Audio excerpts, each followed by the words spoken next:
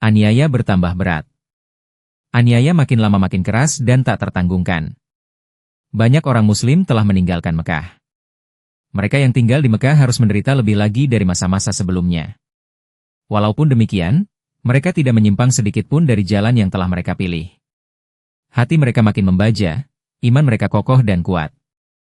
Kebaktian mereka kepada Tuhan yang tunggal makin meningkat seperti juga kebencian terhadap berhala-berhala Mekah. Pertentangan makin menjadi-jadi. Kaum Mekah mengadakan musyawarah besar lagi.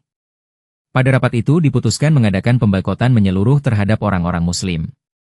Kaum Mekah harus memutuskan semua perhubungan dengan mereka, tidak akan belanja dari mereka, dan tidak akan menjual apa-apa kepada mereka.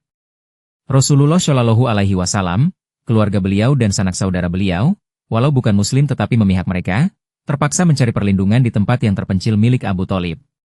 Tanpa uang, tanpa sarana, dan tanpa bekal hidup, keluarga Rasulullah Shallallahu Alaihi Wasallam dan kaum kerabat sangat menderita oleh tindakan boikot itu. 3 tahun lamanya boikot itu tidak kendur dan longgar. Akhirnya, 5 orang yang berperi kemanusiaan memberontak terhadap keadaan itu. Mereka menjumpai sanak saudara yang ikut terkurung, menawarkan penghapusan boikot dan mengajak mereka keluar dari kurungan. Abu Thalib keluar dan menyesali kaumnya. Pelanggaran blokade 5 orang itu kemudian diketahui seluruh Mekah, tetapi rasa perih kemanusiaan pun tergerak pula, dan kaum Mekah mengambil keputusan untuk membatalkan dan menghapuskan pemboikotan itu. Boikot telah lewat, tetapi dampaknya tidak. Dalam beberapa hari istri Rasulullah Shallallahu Alaihi Wasallam, Khadijah, wafat, dan sebulan kemudian paman Rasulullah, Abu Thalib menyusul. Rasulullah Shallallahu Alaihi Wasallam kini kehilangan kawan hidup dan bantuan Khadijah, dan beliau bersama kaum muslimin kehilangan perlindungan dan bantuan Abu Thalib. Wafat mereka itu tentu saja membawa akibat juga hilangnya simpati umum sedikit. Abu Lahab, paman Rasulullah lainnya, mula-mula nampak seolah-olah akan mendampingi Rasulullah Shallallahu Alaihi Wasallam.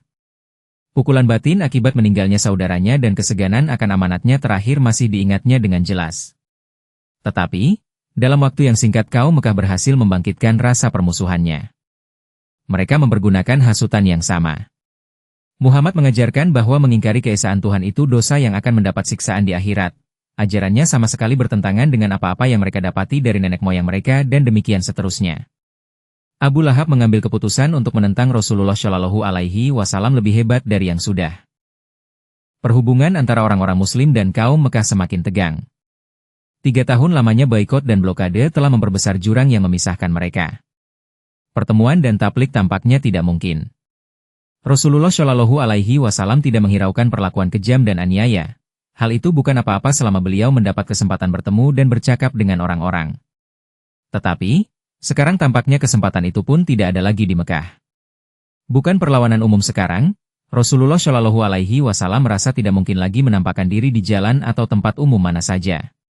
Jika hal itu dilakukan beliau, mereka melemparkan debu kepada beliau dan mengusir beliau pulang. Sekali peristiwa, beliau pulang dengan kepala penuh debu. Putri beliau menangis ketika membersihkan debu dari beliau. Rasulullah Shallallahu Alaihi Wasallam mengatakan tidak boleh menangis, sebab Tuhan beserta beliau. Perlakuan buruk tidak membingungkan beliau. Beliau menyambutnya sebagai pertanda adanya perhatian terhadap ajaran beliau. Umpamanya, pada suatu hari kaum Mekah, atas kesepakatan bersama, tak berkata apa-apa kepada beliau atau tak mengganggu beliau sedikitpun. Rasulullah Shallallahu Alaihi Wasallam pulang dengan sangat kecewa, hingga suara Tuhan yang meneguhkan hati menyuruh beliau kembali menjumpai kaum beliau.